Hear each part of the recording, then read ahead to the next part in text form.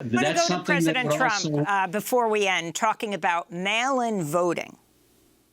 You get thousands and thousands of people sitting in somebody's living room signing ballots all over the place. No, I think that mail-in voting is a terrible thing. I think if you vote, you should go. And even the concept of early voting is not the greatest because a lot of things happen. But it's okay. But you should go and you should vote. I think you should go and you should vote. You look at what they do, where they grab thousands of mail-in ballots and they dump it. I'll tell you what, and I don't have to tell you, you can look at the statistics. There's a lot of dishonesty going along with mail-in voting. Go on to ask him, didn't you mail-in vote, which he did in Florida. But Mark Dimondstein, let's talk about this. In the time of the coronavirus pandemic, I mean, we see what happened in Wisconsin, the fiasco around voting when people were afraid to go out to vote. The issue of mail-in voting, increasingly significant in this critical election year. How is it threatened? What does this mean? Well, look, we're talking now about basic access to the ballot box and defense of our cherished and hard-fought right to vote. And the reality is the post office is the most trusted federal agency, 91% in the last Pew Research poll last week. Obviously also reflecting a new and great appreciation for what postal workers are doing during this crisis.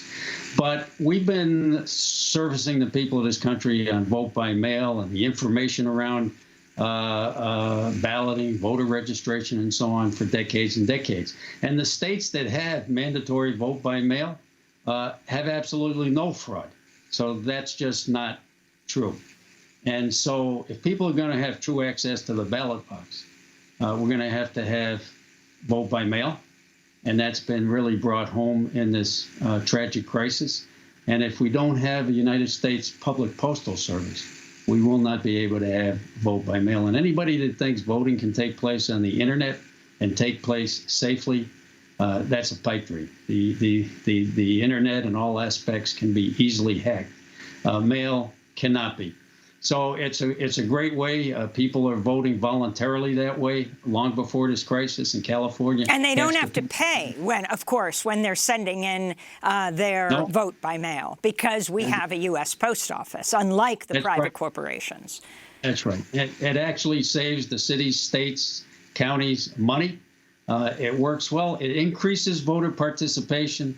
And just the opposite of thousands of people getting together and filling out each other's ballots. It actually gives people a chance to make a more informed vote, to think about it, but to have access to the ballot box. The last time I went to vote last November, it was a 3-hour wait at the polling place.